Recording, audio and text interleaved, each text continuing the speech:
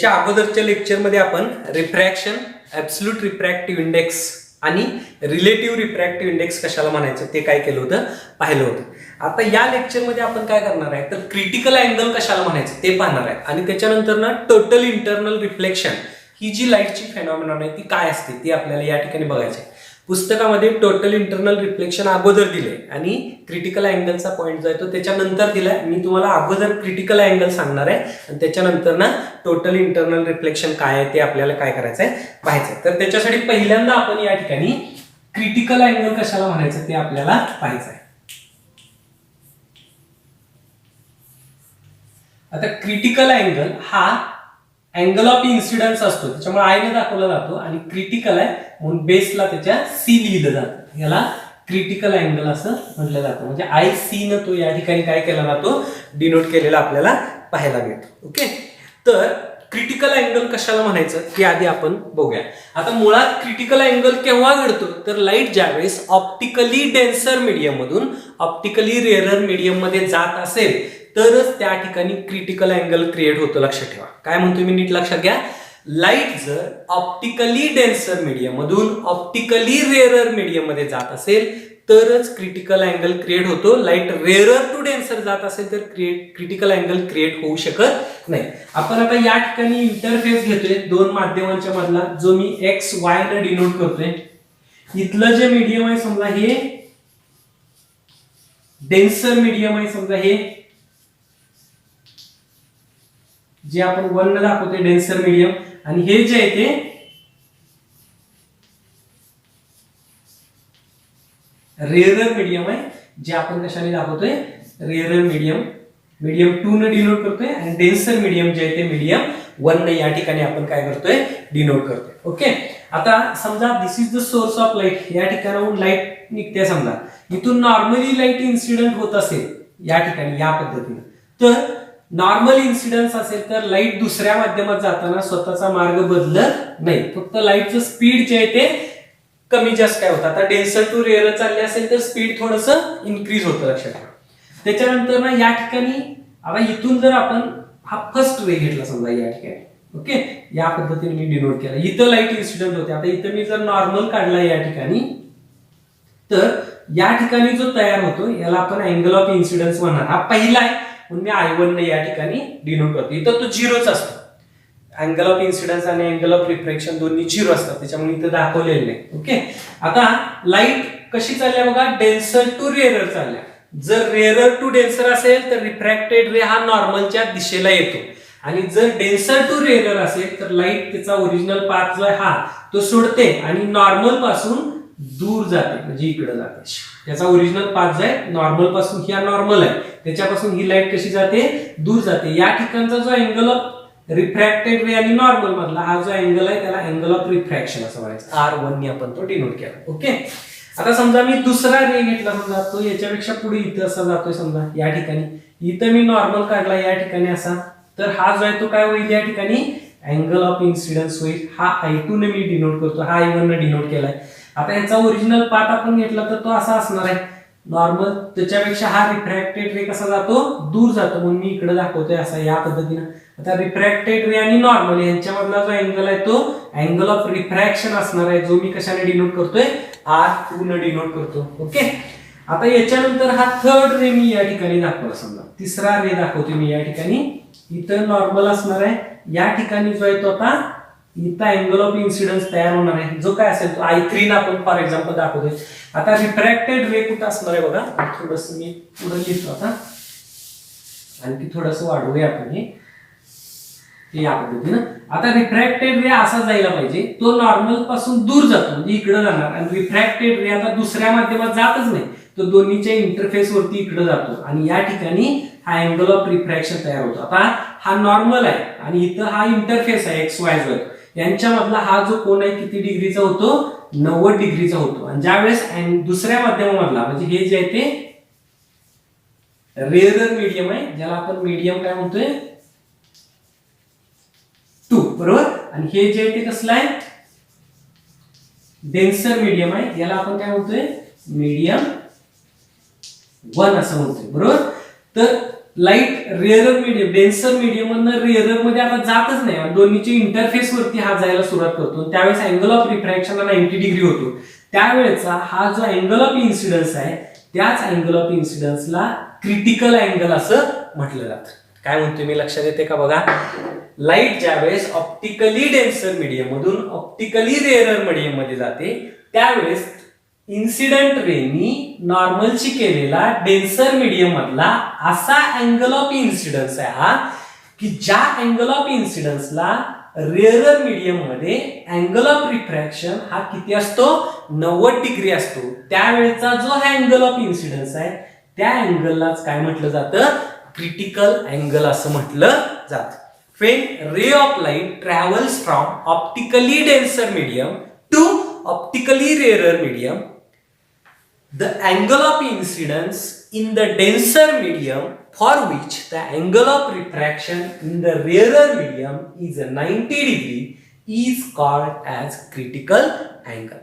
When the ray of light is traveling from optically denser to optically rarer medium, then the angle of incidence in the denser medium for which the angle of refraction in the rarer medium is 90 degree is called as critical angle. त्याला काय म्हटलं जातं, critical angle असं म्हटलं जातं. आता याचं expression काय आहे क्रिटिकल अँगलचं ते आपल्याला या ठिकाणी काय करायचंय पाहायचंय. आता बघा, लाईट ही रेअरर मीडियम मधनं डेन्सर मीडियम मधनं कुठे जाते, रेअरर मीडियम मध्ये जाते. आणि असं असेल तर या ठिकाणी अँगल ऑफ इन्सिडन्स पण आहे आणि अँगल ऑफ रिफ्रॅक्शन पण आहे. आणि असं असेल तर आपल्याला रिलेटिव्ह रिफ्रॅक्टिव्ह इंडेक्स जो आहे तो स्नेल्स लॉ नुसार आपल्याला लिहिता येतो, mu is equal to sine of I divided by sine of R. याला स्नेल्स लॉ असं म्हटलं जातं. The ratio of for given pair of media, दिलेल्या पेअर ऑफ मीडियासाठी for given pair of media sine of the ratio of sin of angle of incidence to the sin of angle of refraction is always constant. आणि हा जो constant आहे ना त्यालाच काय म्हटलं जातं, relative refractive index of second medium with respect to first medium. Okay, या पद्धतीने आपण सांगू शकतो. हा स्नेल्स लॉ आपल्याला झालेला आहे 10वीला तुम्हाला, त्याच्यानुसार आपण हे असं लिहू शकतो. आता हेच मला दिलेल्या आपल्या डायग्राम साठी मला लिहायचं असेल तर मी कसं लिहू शकतो रे, μ21 इज इक्वल टू काय लिहिता येईल मला, sine of I divided by sine of R. दुसऱ्या माध्यमातून डेन्सर मधनं लाईट कुठे जाते, रेअरर मध्ये या ठिकाणी जाते. त्याच्यामुळे मी असं या पद्धतीनं लिहू शकतो. आता हेच मला कसं लिहिता येतं, μ21 ऍब्सोल्यूट रिफ्रॅक्टिव्ह इंडेक्सच्या स्वरूपात लिहिलं तर μ2 divided by μ1 is equal to, आता इकडे मला लिहिता येईल sine of I divided by sine of R. बरोबर. आता ज्या वेळेस मला असंही लिहिता येईल फेन I is equal to IC, ज्यावेळेस अँगल ऑफ इन्सिडन्स हा किती असतो, अँगल ऑफ क्रिटिकल अँगल एवढा असतो, त्यावेळेस देन R ची किंमत किती असते रे, तर it is equal to 90 degree. बरोबर. अँगल ऑफ रिफ्रॅक्शन हा 90 डिग्री असतो. तर या किमती आपण इथं सबस्टिट्यूट केलं तर काय होईल बघा, तर μ2 divided by μ1 is equal to sine of I च्या ठिकाणी आता काय लिहिणार आपण, IC divided by sine of R च्या ठिकाणी काय लिहिणार आपण आता, साइन ऑफ आर ची किंमत किती आहे आपल्याकडे या ठिकाणी 90 डिग्री. आता साइन 90 डिग्रीची किंमत असते 1, म्हणजे इथं काय लिहिता येईल आपल्याला, μ2 divided by μ1 is equal to sine of IC divided by 1 लिहिता येईल. बरोबर, कारण याची किंमत 1 झाली म्हणून हे आपण या पद्धतीने काय करू शकतो, लिहू शकतो.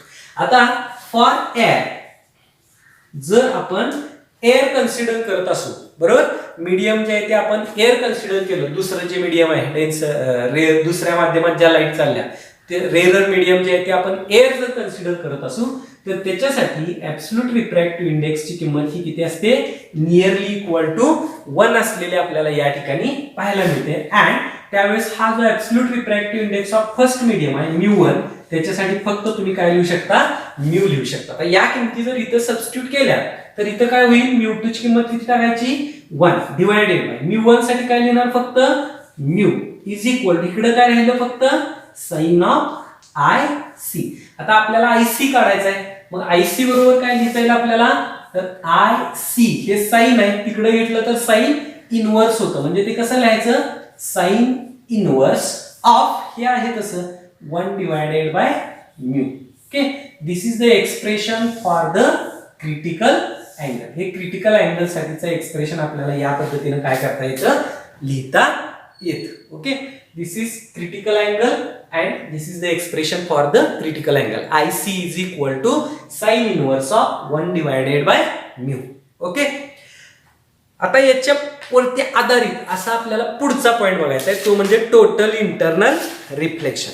आता लाईट टोटल इंटरनल रिफ्लेक्शन काय आहे ते आपण पाहूया. याच्यामध्ये काही शंका नसावी. क्रिटिकल अँगल कधी घडतो, तर लाईट ज्यावेळेस ऑप्टिकली डेन्सर मीडियम मधून ऑप्टिकली रेअरर मीडियम मध्ये जाते, त्यावेळेस लाईट रेनी डेन्सर मीडियम मध्ये नॉर्मलची केलेला हा असा अँगल ऑफ इन्सिडन्स आहे की ज्या अँगल ऑफ इन्सिडन्सला रिफ्रॅक्टेड रे हा नॉर्मलची कितीचा कोण करतो, रेअरर मीडियम मध्ये 90चा कोण करतो. त्याला काय म्हटलं जातं, त्या अँगल ऑफ इन्सिडन्सला क्रिटिकल अँगल म्हणायचं. आणि त्याच्यासाठीचं हे एक्सप्रेशन आपल्याला या पद्धतीने काय करता येतं, मांडता येतं. IC is equal to sine inverse of 1 upon mu. Okay, आता याच्यावरून आपल्याला लाईटची जी फेनॉमेनॉन आहे पुढची आपल्याला जी अभ्यासाला दिल्या ती आपल्याला या ठिकाणी काय करायचे, बघायचे. आणि त्यालाच काय म्हटलं जातं, it is called as total internal reflection. आता हे टोटल इंटरनल रिफ्लेक्शन काय आहे ते आपल्याला पाहायचं आहे. बघा,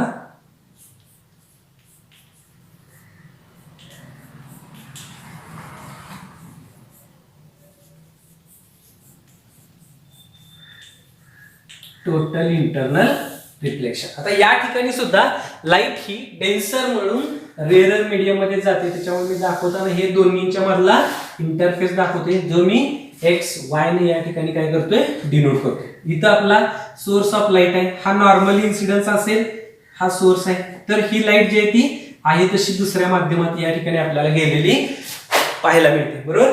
त्याच्यानंतर इथं मी परत हा दुसरा इन्सिडेंट रे दाखवला. इथं जर नॉर्मल काढला मी या ठिकाणी, तर हा जो आहे त्याला आपण काय म्हणणार, I1 critical angle of incidence असणार आहे हा. आता रिफ्रॅक्टेड रे हा ओरिजिनल पाथ सोडून जरा साईडला जाईल इकडं, इथला जो आहे तो अँगल ऑफ रिफ्रॅक्शन असेल. पहिला आपण या पद्धतीने दाखवला.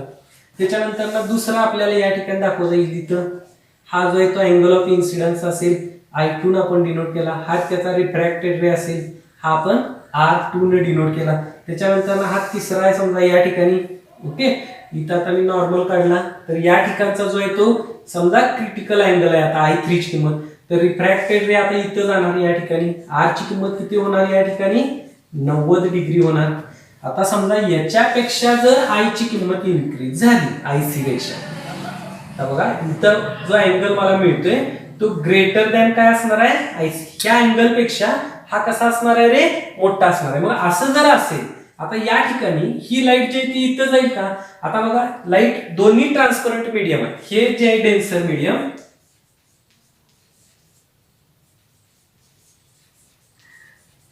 याला आपण मीडियम 2 म्हणतोय. आणि हे जे आहे ते कसलं आहे, रेअरर मीडियम आहे.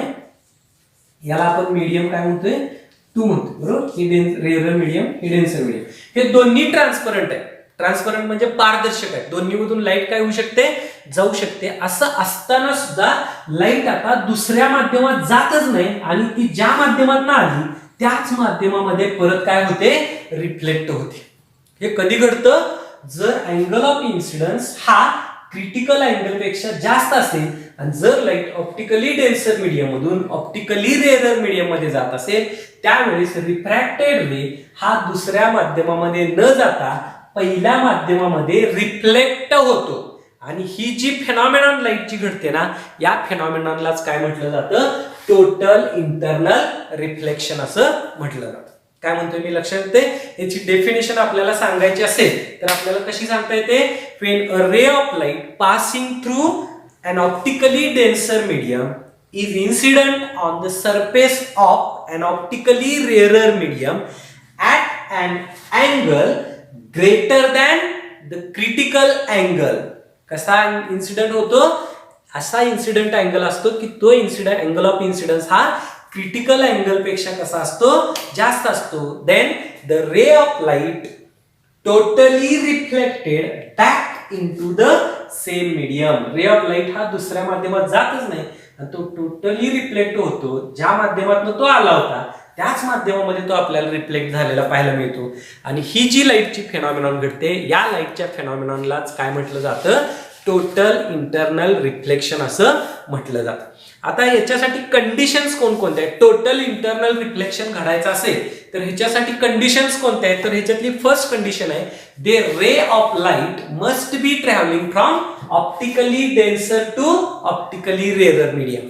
जर टोटल इंटरनल रिफ्लेक्शन फेनॉमिनॉन दिसायचे असेल तर रे ऑफ लाईट हा डेन्सर मीडियम मधनं रेअरर मीडियम मध्येच जात असणारा असला पाहिजे. ह्याच्या उलट जर असेल, रेअरर टू लाईट डेन्सर चालली की त्या ठिकाणी क्रिटिकल अँगल नसतो, आणि क्रिटिकल अँगल नसेल तर त्या ठिकाणी टोटल इंटरनल रिफ्लेक्शन घडू शकत नाही, लक्षात ठेवा. आणि दुसरी condition, the angle of incidence must be greater than critical angle. असं असेल तरच टोटल इंटरनल रिफ्लेक्शन ही फेनॉमिनॉन काय होऊ शकते, दिसू शकते. दोन कंडिशन कोणत्या सांगितल्या बघा. First condition, the ray of light must be travelling from optically denser to optically rarer medium, पहिली कंडिशन.